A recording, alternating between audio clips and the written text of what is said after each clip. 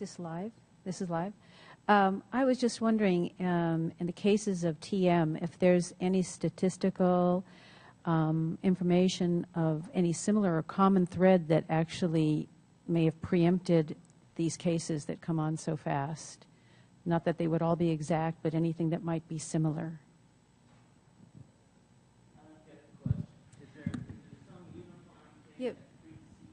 Yeah, something that maybe isn't exact, but some things that might seem like a similar thread that precedes the onset.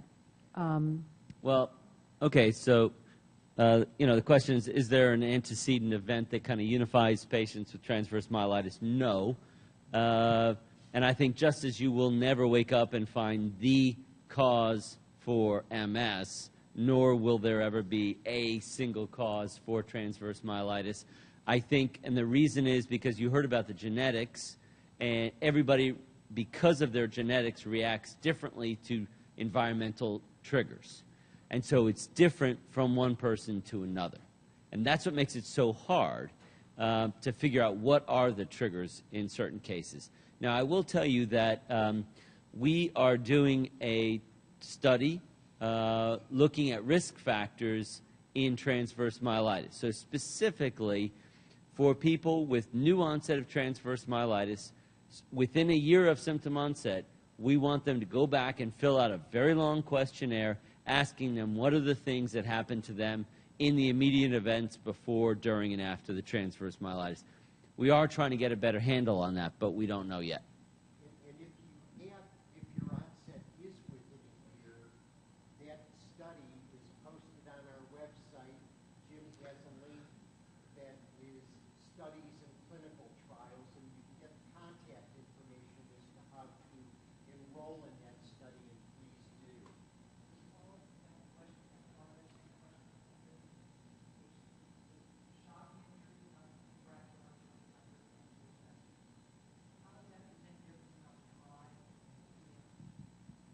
How does a shock injury?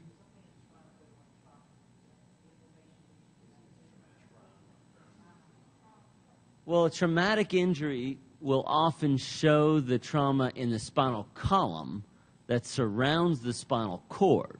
Whereas one of the weird things about transverse myelitis is the spinal column itself is fine, but it's the cord which is inflamed. So that's one of the keys. So when we first look at an MRI, we're going to look at the bones surrounding the spinal cord. We're going to look at the discs, see if they're abnormal, see if the ligaments are abnormal, and if the bones are abnormal first. And then we'll go and look at the spinal cord itself. If you just look at the spinal cord itself and you ignore the rest of it, the two can look identical. And so in some cases, you cannot distinguish between the two if you're just looking at the spinal cord itself. Sir. Wait. Sorry. I went out of turn. Dr. Kerr, did you find a high incidence of transverse myelitis patients that get insomnia at the same time? Can you hear? I think. Dr. Kerr, did you find a high incidence of TM patients that get insomnia at the same time of the transverse myelitis? I don't think so. Really? I'll tell you anecdotally, I think we're missing it completely. I think, so first off, for sure in MS, sleep disorders are the rule, not the exception. The latest data is in the 75 to 80% range of patients with MS will have some sort of sleep disorder, whether it's inability to fall asleep or stay asleep or get adequate sleep. In the setting of TM, this is, Maureen's been spending a lot of time with my patients on this. As we start asking, we're getting the answers back that people are not sleeping. The sleep patterns are atrocious, and it's for a variety of reasons. Pain and bladder being the top two. So if you're getting up 4 times a night to go to the bathroom, you're not sleeping. Kathy will spend hours talking to patients about energy conservation. So the idea is you get a budget of energy to spend during the day. It's kind of like a credit card. You've got an amount you can spend. At some point, you got to pay the balance off. So there's a couple ways to get through the day. You either have to increase the amount you can spend or cut out activities that are a waste of funds. Where you get that budget from is sleeping.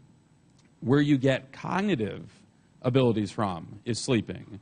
If you take two groups of military recruits and you teach them each a motor task, and you tell them they're going to be tested the next day, and one group you say, you can try it once and then you all have to go to bed, and the other group, you guys can take all night long, and your whole military career is based on this test tomorrow.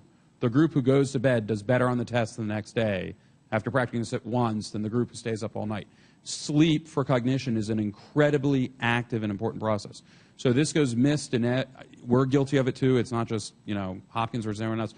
We miss it. We forget to ask sometimes, and it's critical. 8 hours a night is the average that the human needs. 8 hours of uninterrupted sleep. So if you're getting up at 3 to go to the bathroom, you have not had 8 hours of uninterrupted sleep. So we look for lifestyle issues. If you have a cat jumping on the bed, waking you up, you can tell I'm a big fan, then you might need to keep the cat out of the room. If you have a partner who snores, either they need to get treated or you need to get earplugs. If pain is keeping you awake, that is a critical issue that needs to get resolved in terms of pain. And if it's the bladder, we need to figure out something for the bladder in terms of getting you to sleep through the night so you're not getting up. I think you're hitting a really key issue. You were asking at initial onset of transverse myelitis, right? Right, but at the very beginning of symptoms. I mean, yeah, it absolutely occurs afterwards. Whether it's one of those things around the initiation of symptom onset or is potentially causative, I haven't seen that. And then the other thing I want to say about lack of sleep is that we see a lot in the fibromyalgia patients that poor sleep actually leads to augmentation of pain. So one of the things in patients who don't have TM, we see patients who have a body habitus that predisposes them to snoring, is we never say, well, you have fibromyalgia. We're very suspicious that they have undiagnosed musculoskeletal pain because of poor sleep. And I think in patients with TM, it's kind of a vicious cycle, is that they have maybe poor sleep because of neuropathic pain. They don't get sleep, and then they start aching all over. And that kind of aching all over is also a function of very poor sleep. So I think really targeting, like Ben was saying, reasons why you're not sleeping. And just as it's necessary for normal cognitive function, it's also very necessary to reduce the amount of pain. After the acute phase, do the axons survive without the myelin? And is physical return as healing goes on, is that a positive or a definite sign of remyelination? I'll do the second part first, the return of function afterwards, and then I'll let Doug talk about the axons. I think the return of function afterwards is based on two things. Repair, so whether it be remyelination or axon sprouting and reconnecting, and compensation by your body. If your brain's trying to get a signal through a speaker wire and that speaker wire is cut, if it's got a neighbor that can handle the load and help out, it will use that neighbor. And so both things happen simultaneously. Compensation, both at the brain level, reorganizing, and maybe even within the spinal cord, and regeneration and repair. And so I think there are things that can be done to augment both of those. And I think there's great data that in Frank or Kathy's hands that you are augmenting both of those. I don't know if you want to comment on axonal growth. So the first part of the question was, if there is there a continued axonal dropout, I think, after demyelination? The answer is yes, that a chronically demyelinated axon has an increased chance of dying. It doesn't mean they all do. It doesn't mean that you have a finite window in which you have to get that remyelinated or it's over. But it does mean that at any given time, there's an increased chance that axons will begin to drop out if they remain demyelinated for long periods of time. So, but your study, or your trial, is counting on the fact that there are axons to be myelinated here once you introduce The stem cells. glial cells. Yeah. Yeah, that's really the rationale for doing the stem cell glial restricted precursor trial within a year of symptom onset, is because I think there's a greater percentage of remyelinatable axons. And I think as you go further and further out, either some of the axons have dropped out or they are not responsive by virtue of the local cues to being remyelinated, and we have to learn more. Now, I will tell you, you learned about neuroprotection, but that's one of the goals of neuroprotection, is to say, look, we cannot anatomically replace all the myelin right now, but can we decrease the rate at which those axons drop out? And hopefully those will be available to buy us an increased time window until we can get the remyelination occurred.